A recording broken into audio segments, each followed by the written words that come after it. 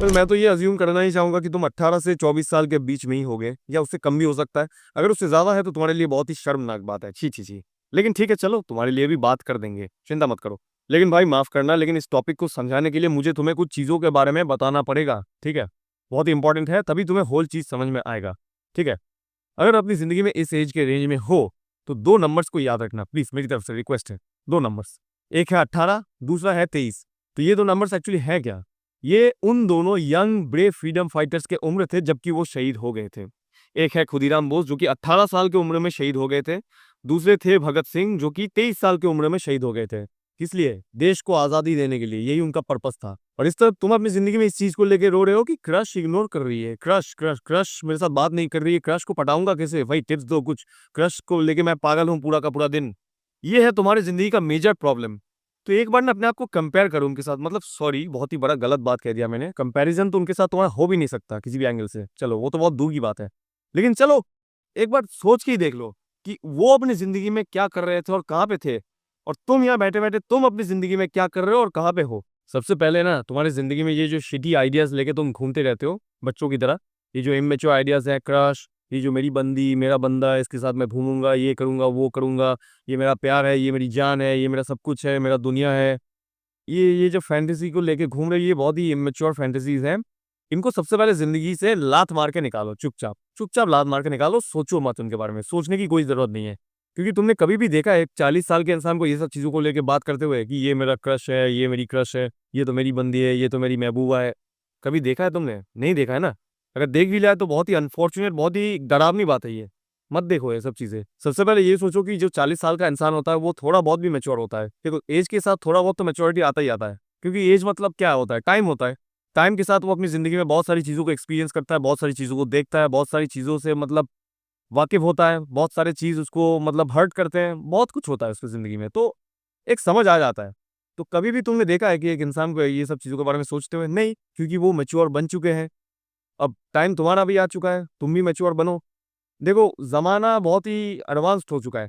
अभी ऐसा नहीं है कि जितना हो सके तुम इमेच्योर रह जाओ, नहीं, अभी तुम्हें जितना जल्दी हो सके तुम्हें भी एडवांस मेच्योर होना पड़ेगा, ठीक है। कंपटीशन बढ़ रहा है, पॉपुलेशन तो वैसे भी हाई है, सब कुछ बढ़ रहा है जिंदगी में, तुम्हें मतलब रेस में फेंक दिया गया है अनफॉर्चुनेटली। तो तुम्हें सर्वाइवल ऑफ द फिटेस्ट, तुमने सुना है ना, तुम्हें सबसे फिटेस्ट बनना पड़ेगा अगर तुम सर्वाइव करना चाहते हो इस दुनिया में तो। ठीक है, ये रूल है दुनिया का। जितने भी इमेच्योर चीजों को कर रहे हो ना अपनी जिंदगी में करेंटली, और इनको लेके जिस रास्ते पे तुम चल रहे हो, अल्टीमेटली उस रास्ते में तुम्हें डेड एंड ही मिलेगा और कुछ नहीं। मतलब तुम थोड़ा सा भी आगे बढ़ोगे तो तुम्हारा खाई में गिरना निश्चित है। तो सही टाइम पे अगर अपने आप को रोक नहीं लेते हो तो खाई में गिर जाओगे। अब जानता हूं मैं तुम यही बात करोगे कि भाई तुमने तो बहुत बड़ी बात कर दी, अभी हम 18 साल के हैं, 19 साल के हैं, हम अभी मैच्योरिटी कहाँ से लाएंगे? क्योंकि हमारा जो प्री फ्रंटल कॉर्टेक्स है ये तो अभी डेवलप ही नहीं हुआ है।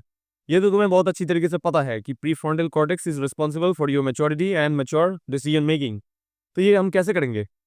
देखो मानता हूं मैं भी बात कि ये तुम्हारे लिए बहुत ज्यादा डिफिकल्ट हो सकता है मैच्योरिटी लाना इस एज में, लेकिन इम्पॉसिबल नहीं है, ठीक है। ऐसा नहीं कि तुम और कुछ नहीं कर सकते, तुम्हारे हाथ में और भी ऑप्शंस हैं। तुम क्रिटिकल थिंकिंग कर सकते हो, तुम चीजों के बारे में सोच सकते हो, तुम चीजों के बारे में मतलब फिगर आउट कर सकते हो, प्रॉब्लम सॉल्विंग कर सकते हो, सब कुछ कर सकते हो तुम। ऐसा नहीं है कि कुछ नहीं कर सकते, लेकिन तुम करते नहीं हो ना। बाकी सब कुछ करते रहते हो, ठीक है। बाकी सभी चीजों में तुम्हारा डिसिप्लिन एकदम टॉप लेवल में रहता है, सब कुछ करते रहते हो, उल्टा सीधा जो भी है उसमें तुम्हें बताना भी नहीं पड़ता है। लेकिन यही काम करने से पहले तुम्हें लगता है कि बहुत ही गंदा काम है, बहुत ही बोरिंग काम है, अच्छा नहीं लगता, मन नहीं कर रहा है, यही सब बहाने तुम मारते रहते हो। तभी होता है तुम्हारे साथ ऐसा। अगर नहीं पता है कि क्रिटिकल थिंकिंग कैसे किया जाता है, प्रॉब्लम सॉल्विंग कैसे किया जाता है, या चीजों को फिगर आउट नहीं कर पा रहे हो, तो ठीक है, मेरे पास सोल्यूशन है इस चीज का, ठीक है। तुम लोगों के लिए मैंने लिखा है अपने बुक को, मेरे बुक का नाम है certain things in an uncertain life. जाओ अमेज़न का लिंक तुम्हें डिस्क्रिप्शन में मिल भी जाएगा, तुम इसको चेकआउट कर सकते हो। इसके अंदर मैंने बहुत सारे चैप्टर्स लिखे हैं तरह तरह के टॉपिक्स को लेके। तो एक एक करके पढ़ो चैप्टर्स को। अगर जेन्युइनली पढ़ने का मन करता है तो इस लिंक में जाके खरीद लो बुक को, खरीद के पढ़ना स्टार्ट कर दो, फिर आके मुझे इधर ही बताओ कि तुम लोगों को कैसा लगा। आई थिंक कि जितना मुझे लगता है तुम लोगों के लिए हेल्पफुल हो सकता है। तो जिस इंसान के बारे में तुम अपनी रातों की नींद हराम कर रहे हो वो कंप्लीटली तुम्हारे लिए एक स्ट्रेंजर होता है, कंप्लीट स्ट्रेंजर होता है। हार्डली उसके बारे में तुम 1% भी नहीं जानते हो, क्योंकि 1% भी बहुत ज्यादा होता है।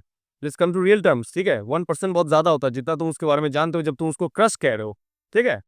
तो यहाँ पे तुम एक बात सोचो, तुम जब उस इंसान के बारे में नहीं जानते हो तो तुम चांसेस पे खेल रहे हो, प्लेन चांसेस पे खेल रहे हो, 50-50 चांसेस कि वो इंसान तुम्हें पसंद आ भी सकता है, नहीं भी आ सकता है। अगर असलियत में कभी उस इंसान के बारे में जान जाते हो तो शायद उसको तुम गाली भी दे सकते हो, 2 साल बाद उसको ये भी कह सकते हो कि ये इंसान क्यों आया था मेरी जिंदगी में, भाग मेरी जिंदगी से, आई हेट दिस पर्सन, दिमाग खराब हो सकता है तुम्हारा। तो यही हो सकता है ना। तो तुम चांसेस पे क्यों खेल रहे हो? नॉलेज पे खेलो, नॉलेज गैदर करो उस इंसान के बारे में। अगर नॉलेज गैदर करते हो तभी उस इंसान को तुम्हें अच्छा लग सकता है, तभी उस इंसान के बारे में तुम सोच सकते हो।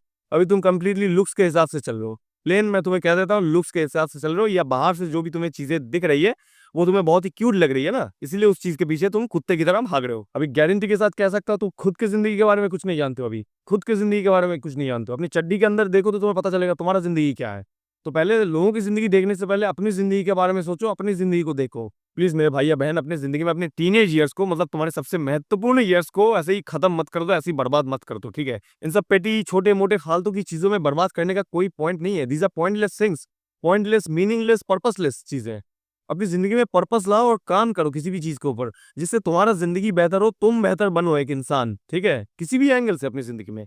लेकिन इन सब चीजों में दिमाग देने से अल्टीमेटली कुछ नहीं मिलने वाला है, कोई फायदा नहीं है। अगर कल को वो तुम्हें हाँ कह भी देती है, तुम्हारा जो क्रश जिसको तुम कहते हो, कल को हाँ कह भी देती है, तो क्या फायदा उससे? क्या उखड़ गया बड़ा जिंदगी में तुम्हारा?